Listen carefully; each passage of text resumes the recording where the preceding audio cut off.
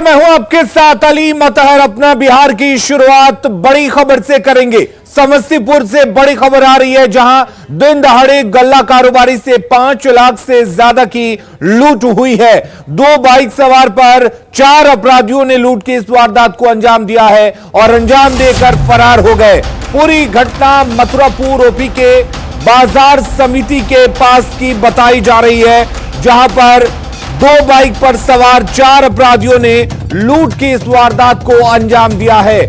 बड़ी लूट की इस वारदात को गल्ला कारोबारी से अंजाम दिया गया है। 5 लाख रुपए गल्ला कारोबारी से लूटे गए हैं। समस्तीपुर से बड़ी खबर आपको बता दें, जहां पर एक गल्ला कारोबारी से 2 बाइक पर सवार 4 अपराधियों ने 5 लाख रुपए लूट लिए हैं। मधुपुर ओपी के पास बाजार की यह घटना है, जहां पर 5 लाख रुपए की लूट एक गल्ला कारोबारी से की गई है।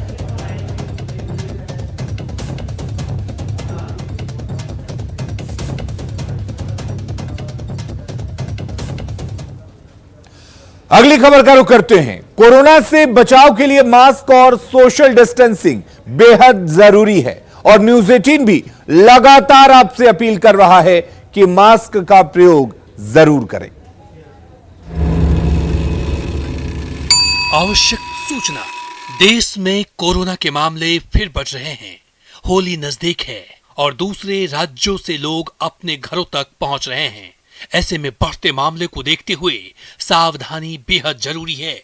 2 गज की दूरी और मास्क हमें कोरोना से बचाने में मददगार है। सरकार की गाइडलाइंस और तय नियमों का पालन करेंगे तो कोरोना से बचे रहेंगे, क्योंकि सावधानी ही बचाव है।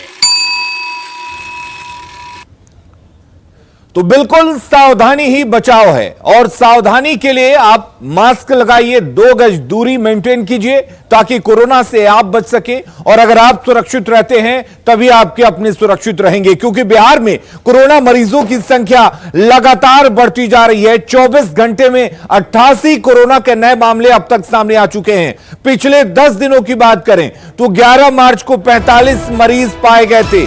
वहीं 12 मार्च को यह संख्या घटकर 28 हो जाती है, जबकि 13 मार्च को एक बार और 38 मरीज मिलते हैं। 14 मार्च को संख्या बढ़ती है और 50 मरीज पाए जाते हैं। 15 मार्च को हालांकि 26 मरीज मिलते हैं, मरीजों की संख्या घट जाती है, लेकिन उसके बाद लगातार बढ़ता हुआ ग्राफ देखने को मिलता है। 16 मार्च को 49 मरीज मिलते हैं। 17 मार्च को 58 मरीजों में कोरोना की पुष्टि होती है और 18 मार्च को 107 कोरोना मरीज मिलते हैं। 19 मार्च को 90 मरीज पाए जाते हैं। वहीं 20 मार्च को 88 मरीज पाए जाते हैं।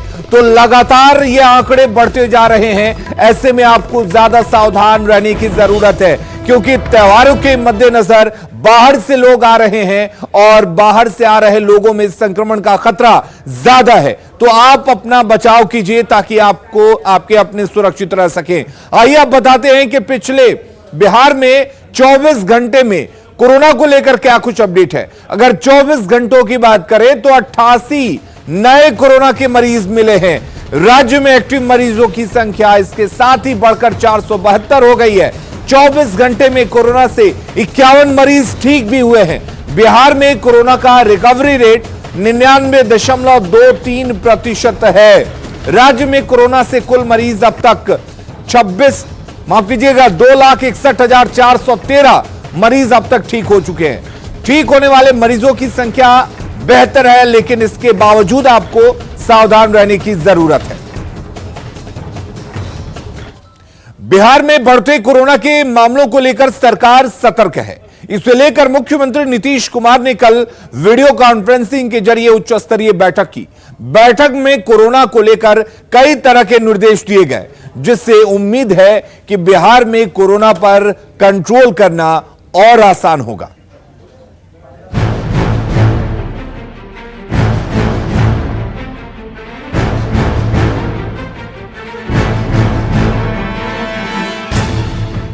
देश भर में बढ़ते कोरोना के मामलों ने बिहार सरकार को अलर्ट मोड में ला दिया है। मुख्यमंत्री नीतीश कुमार ने पटना में वीडियो कॉन्फ्रेंसिंग के जरिए उच्च स्तरीय बैठक की। बैठक में सीएम ने अधिकारियों को निर्देश दिया कि बाहर से आने वाले लोगों की ट्रैवल हिस्ट्री की जानकारी रखें। बाहर से आए लोगों के संपर्क में आने वालों को सचेत करें। कोरोना जांच की संख्या बढ़ाएं, उसमें भी कम से कम 70% RT-PCR जांच हो। RT-PCR जांच की रिपोर्ट 24 घंटे के अंदर आनी चाहिए। कोरोना टीकाकरण में तेजी लाई जाए।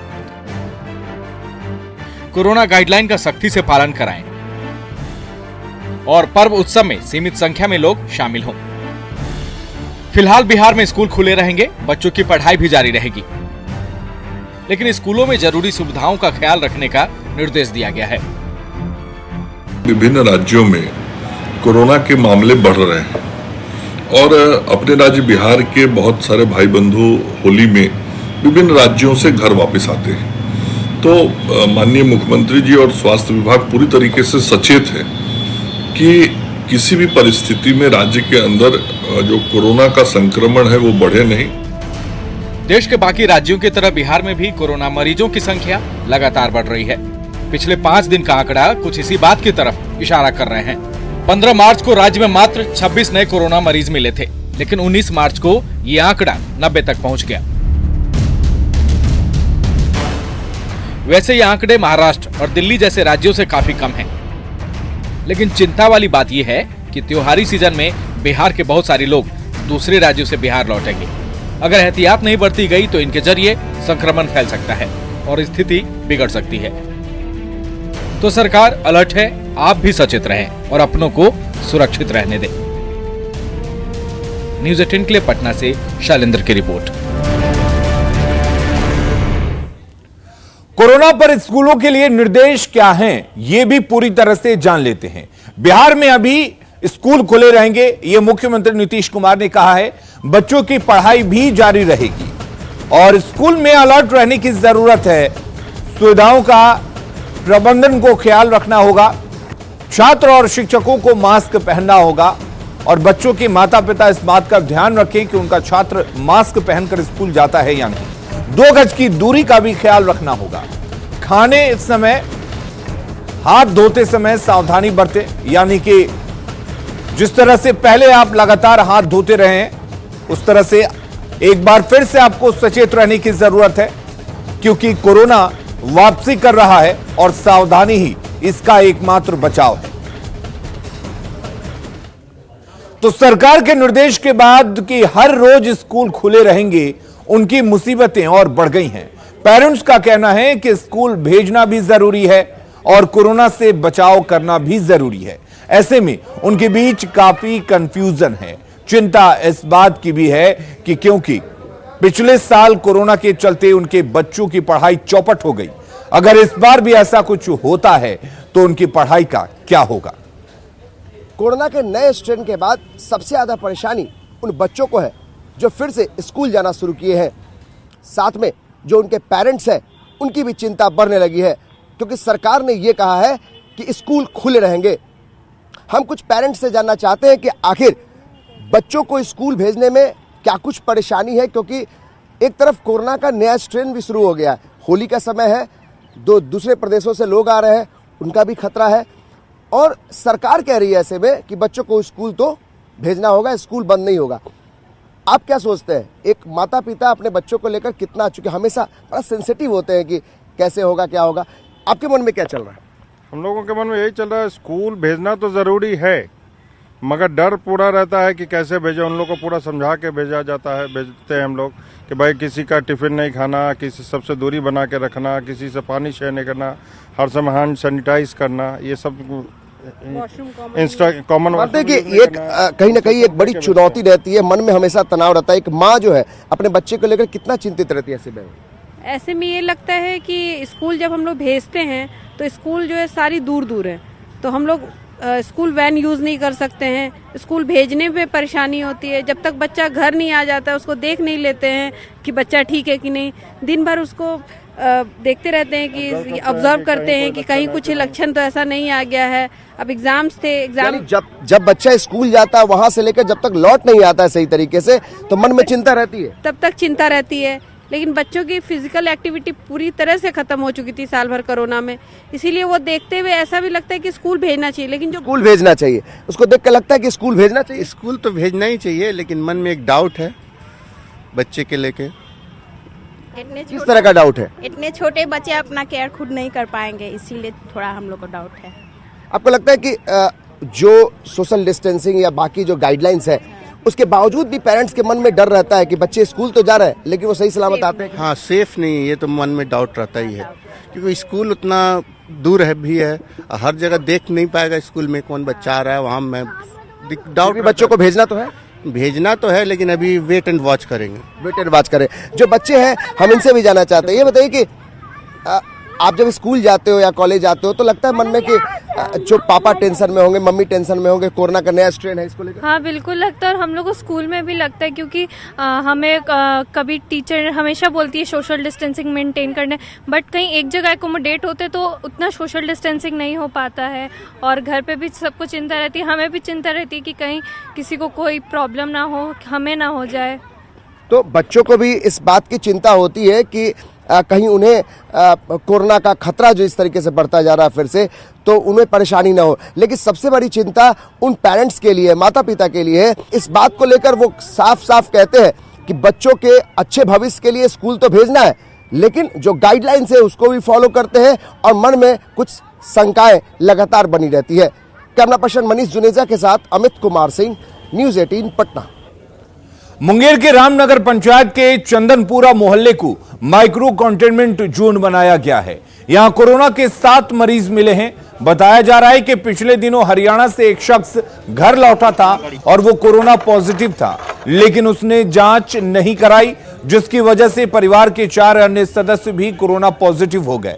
इसके बाद 2 पड़ोसी कोरोना पॉजिटिव हुए और अब चंदनपुरा मोहल्ले में 7 कोरोना पॉजिटिव हैं। शनिवार को प्रशासन ने पीड़ित परिवार के घर के आसपास बांस और बैरियर लगाकर आवाजाही पर रोक लगा दी है। संवाददाता अरुण शर्मा ने माइक्रो कंटेनमेंट जोन का जायजा लिया। जिले में कोविड ने अपना पांव पुनः फैलाना चालू किया है।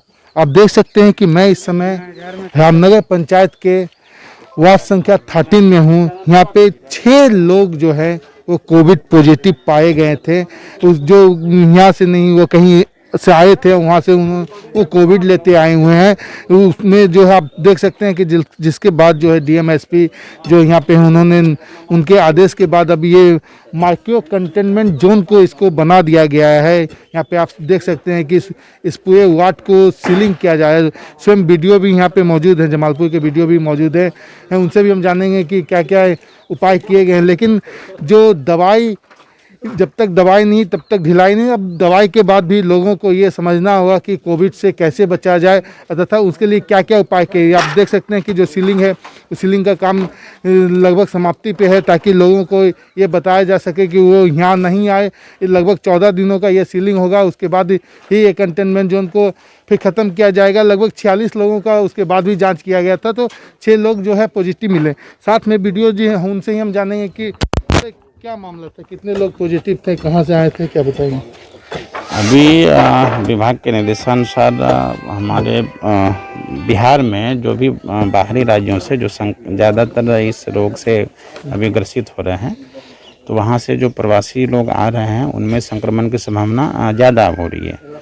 तो हरियाणा से मतलब एक व्यक्ति आए थे, तो उनका टेस्ट कराया गया था। टेस्ट के बाद वो मतलब संक्रमित पाए गए थे। फिर उनके कांटेक्ट लिस्ट में जब जांच कराई गई तो उनके ही परिवार में से कुल 6, उनको मिला के कुल 6 लोग पाए गए। उसके बाद एहतियात के लिए आपने क्या किया? एहतियात के लिए इनको चूँकि लगभग एक ही परिवार के तो मिनी माइक्रो कंटेनमेंट जोन हम लोगों ने बनाया है और लोगों से अपील कर रहे हैं कि इस क्षेत्र में नहीं जाएं और अपने आप को सुरक्षित रखने के लिए बाहर निकलें घर से तो मास्क लगा के चलें, सामाजिक दूरी का अनुपालन करें और ज़्यादा से ज़्यादा इनसे सुरक्षा के सभी जितने भी उपाय हैं, चूँकि जमालपुर प्रखंड ने एक बार बहुत भुगता है, आप सभी जान रहे हैं, दोबारा इस तरह की कहानी फिर से दोहराई ना जाए, तो सब एहतियातन बरतें और जो भी सरकार का आदेश है, मार्गदर्शिका है, उनका पालन करें ताकि हम लोग सभी सुरक्षित रह सकें। ये थे वीडियो, उन्होंने साफ साफ बताया कि जो कोविड है, कोविड यहाँ पे फैलना चालू हो गया। जमालपुर जो यहाँ का काफ़ी वहाँ पे कोविड फैल गया था, उसके बाद से पुनः उस पर काबू पाया गया, लेकिन अब वो हाल पुनः ना हो, इसके लिए काफ़ी एहतियात बरतने की आवश्यकता है। अरुण शर्मा, न्यूज़ 18 मुंगेर। मुख्यमंत्री नीतीश कुमार आज छपरा के पानापुर पहुंचेंगे, जहां वे सारण तटबंध का निरीक्षण करेंगे। सारण तटबंध टूटने से बीते साल छपरा समेत कई जिलों में बाढ़ ने कहर बरपाया था, लिहाजा इस तटबंध की सुरक्षा को लेकर सरकार काफी गंभीर है और मुख्यमंत्री नीतीश कुमार के इस दौरे से लोगों को काफी उम्मीदें हैं। सबसे पहले नीतीश कुमार गोपालगंज जाएंगे, जहां से वापस लौटने के क्रम में छपरा में लगभग दोपहर 1 बजे नीतीश कुमार पानापुर पहुंचेंगे। नीतीश कुमार के इस दौरे को लेकर कार्यकर्ताओं में भी काफी उत्साह है। पूरे देश में कोविड वैक्सीनेशन कार्यक्रम तेजी से चल रहा है। दरभंगा में भी पूरी रफ्तार के साथ इस कार्यक्रम को अंजाम दिया जा रहा है। इसी को लेकर कल सांसद गोपाल जी ठाकुर बेनीपुर अनुमंडल के बहेड़ा प्राथमिक स्वास्थ्य केंद्र और अनुमंडलीय अस्पताल पहुंचे, जहां उन्होंने टीकाकरण केंद्र का निरीक्षण किया। इस दौरान सांसद ने टीकाकरण केंद्र पर लोगों को दी जा रही सुविधा का भी जायजा लिया। निरीक्षण के बाद सांसद गोपाल जी ठाकुर ने पार्टी कार्यकर्ताओं से टीकाकरण के इस महाअभियान में सहभागी बनने की अपील की और जनसंपर्क कर वैक्सीन को लेकर फैलाए जा रहे अफवाह से लोगों को सावधान करने के निर्देश भी दिए।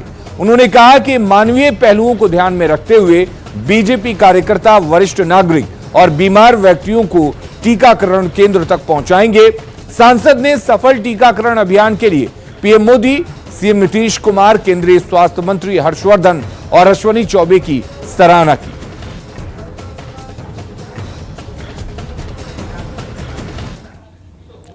तो खबरों में बढ़ेंगे आगे और बात करेंगे शहनाई को विश्व पटल पर स्थापित करने वाले भारत रत्न उस्ताद बिस्मिल्लाह खां की आज जयंती है। बक्सर जिले के डुमरांव में आज के ही दिन उस्ताद बिस्मिल्लाह खान का 1916 में जन्म हुआ था। शहनाई की मधुर धुन से दुनिया को रसपान कराने वाले बिस्मिल्लाह खान को उनकी जयंती पर याद किया जा रहा है।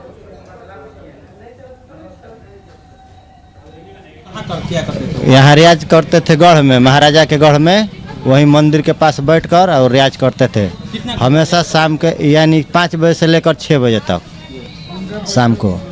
बिस्मिल्लाह खां का जन्म इसी घर में हुआ था उनके, और बांके बिहारी मंदिर वो शहनाई पर जो अपना स्टार्ट किया अपना करते थे, और एक पोखरा था वहाँ पर जो महाराजा का, वहाँ पे भी उन्होंने रिसर्च करते, उसके बाद बनारस चले गए। फिर बाद में कभी जब विख्यात हो गए तो आते थे इस मकान में रहते थे। हम लोग रीजन में आके मैंने कभी 8 दिन 10 दिन के लिए रहे तो इसमें रहे हैं। उन्होंने अपनी ज़मीन हमारी जिम्मा लगाई थी, 40 साल हम देख रेख इसकी किए। जब वो यहाँ के हैं, आने वाली पीढ़ी के लिए हम लोग मांग करेंगे। हम लोग तो देख चुके हैं उनको, मगर हमारे आने वाली पीढ़ी तो उनको नहीं देखी है। तो अगर गवर्नमेंट यहाँ कुछ उनके लिए कर दे तो आने वाली पीढ़ी जो हमारी देखेगी, ये यादगार हमेशा बना रहेगा। भारत रत्न उस्ताद बिस्मिल्लाह खां जी की ख्याति की देन डुमरांव का यह बांके बिहारी मंदिर है और राज परिवार। तब उस समय इस बांके बिहारी मंदिर में पूजन के दौरान शहनाई बजाने की परंपरा थी। उस्ताद बिस्मिल्लाह खां जी के पिता बचई मियाँ यहाँ पर शहनाई बजाने का काम किया करते थे और उनके साथ बिस्मिल्लाह खां घंटों शहनाई का रियाज किया करते थे। पुष्पराज, न्यूज़ 18 डुमरांव। और अब बात बिहार में शुरू हुए क्रिकेट के धूम धड़ाके की, जिसको लेकर क्रिकेट प्रेमियों में जबरदस्त उत्साह है।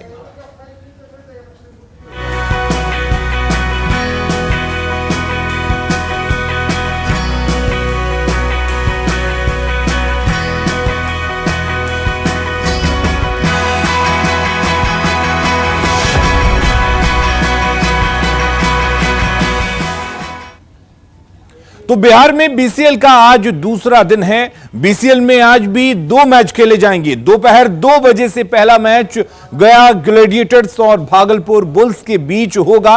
शाम 6 बजे दूसरा मैच अंगिका एवेंजर्स और दरभंगा डायमंड्स में खेला जाएगा। कल अंगिका एवेंजर्स और दरभंगा डायमंड्स की जीत हुई थी और देखने वाली बात यह है कि आज के दोनों मैचों में कौन जीतता है। आपको बता दें कि 20 मार्च से शुरू हुए इस बीसीएल का फाइनल मैच 26 मार्च को खेला जाएगा। फिलहाल आज भी 2 मैच खेले जाएंगे। आपको बता दें कि हर रोज इस टूर्नामेंट में 2 मैच खेले जाने हैं।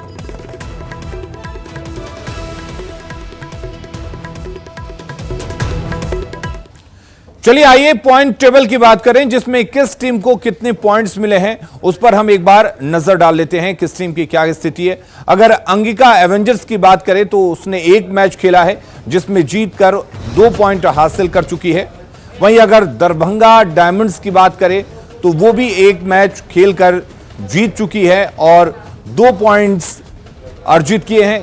गया ग्लैडिएटर्स 1 भी मैच अब तक नहीं खेला है और भागलपुर बुल्स की बात करें तो 1 मैच खेला है और 1 मैच में उसको हार का सामना करना पड़ा है। वहीं पटना पायलट्स 1 मैच खेल चुकी है और उसको भी हार का सामना करना पड़ा है। तो बीसीएल के दूसरे मुकाबले के लिए खिलाड़ियों के साथ साथ आयोजक भी उत्साहित हैं। मैदान में पिच पर तैयारी चल रही है और आयोजक इसे करीब से देख रहे हैं। देखते हैं संवाददाता अमित सिंह की ये रिपोर्ट। आईपीएल के तर्ज पर बिहार में बीसीएल यानी बिहार क्रिकेट लीग का आयोजन हो रहा है। वो टूर्नामेंट जो बिहार के खिलाड़ियों की प्रतिभा उभारेगा। कल 2 अहम मुकाबले हुए हैं।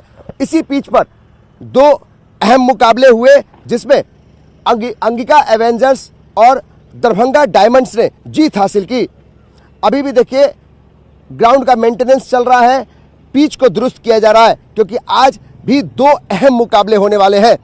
यहां से तय होगा कि बिहार की जो प्रतिभा है यानी जो क्रिकेट प्रेमी है और जो क्रिकेट के खिलाड़ी है वो किस तरीके से इस बीसीएल के जरिए देश और दुनिया में अपना नाम रोशन कर सकेंगे। इस पर बात करने के लिए हमारे साथ सोना सिंह जी हैं जो बीसीएल के चेयरमैन हैं।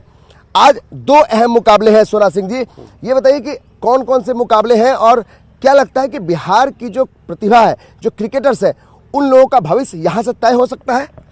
आज फर्स्ट मैच गया ग्लैडिएटर्स और भागलपुर बुल्स का है। सेकंड मैच जो नाइट मैच है वो अंगिका एवेंजर्स और दरभंगा डायमंड के बीच में है। मानते हैं कि ये रोमांचक मुकाबले हो रहे हैं। कल का मुकाबला बड़ा दिलचस्प था। हाँ, कल का तो बहुत ज्यादा दिलचस्प था। आज भी दिलचस्प होगा। अब ये 26 तारीख तक, जो 26 को फाइनल है, तब तक ये दिलचस्प रहेगा। क्या है कि इसमें क्या है कि हमारे पूरे बिहार के जो भी बच्चे हैं उनको ये प्लेटफॉर्म मिला है। क्या लगता है कि भविष्य वाकई बिहार के क्रिकेटरों का है? बहुत ज्यादा है। लेकिन हम भी जब ये टूर्नामेंट, ये लीग स्टार्ट किए तो हमें भी बहुत परेशानियां हुई। बहुत लोग पीछे लगे, बहुत लोग ये किए कि भाई ना हो टूर्नामेंट। लेकिन जब ये कारवां निकला तो मैंने ये सोच लिया था कि मैं ये बिहार के बच्चों का जो प्रतिभा है इस प्लेटफॉर्म पे लाके उनकी प्रतिभा को दुनिया को दिखाऊं, कि उनके प्रतिभा को लोग देख के, और आईपीएल हो चाहे हमारे जो वनडे है उसमें इन लोगों को चांस दे। दूधिया रोशनी पे आज का ये मैच काफी दिलचस्प हो सकता है। बिल्कुल बिल्कुल। हमारे यहाँ के बच्चे दूधिया रोशनी पे खेले नहीं थे तो मैच स्टार्ट होने के 2 दिन पहले हम लोगों ने प्रैक्टिस मैच करवाया कि उन लोगों को जब मैच स्टार्ट हो, लीग स्टार्ट हो, तो उन लोगों को कोई प्रॉब्लम नहीं हो कि हम दूधिया में खेल रहे हैं। क्या लगता है यहाँ पे कितने कैमरे लगे हैं और क्या बाकी जो आईपीएल में होते हैं उसी तरीके से? सेम आईपीएल का मसाला है। 16 कैमरे लगे हैं।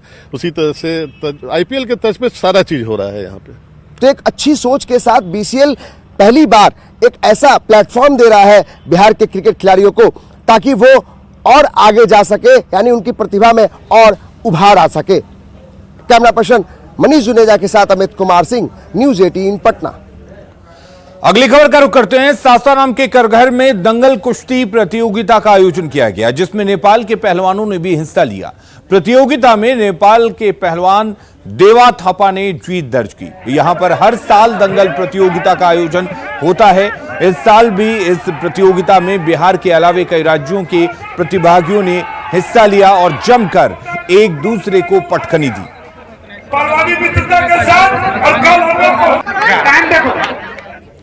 और अपना बिहार के इस बुलेटिन में फिलहाल के लिए इतना ही। आगे देखेंगे झारखंड की खबरें जोहार झारखंड में।